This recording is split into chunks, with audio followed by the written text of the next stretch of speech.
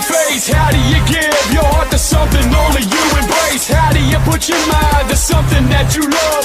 When you were growing up, everyone told you that you were good enough. Good enough will work for me. Instead of love, you hurt me deep. Fuck my trust and watch me bleed. Ignore my faces, squash my dreams. Everything hiding underneath is coming out for you to see. The screens kept pitted down beneath the broken spirit. I'm finally free.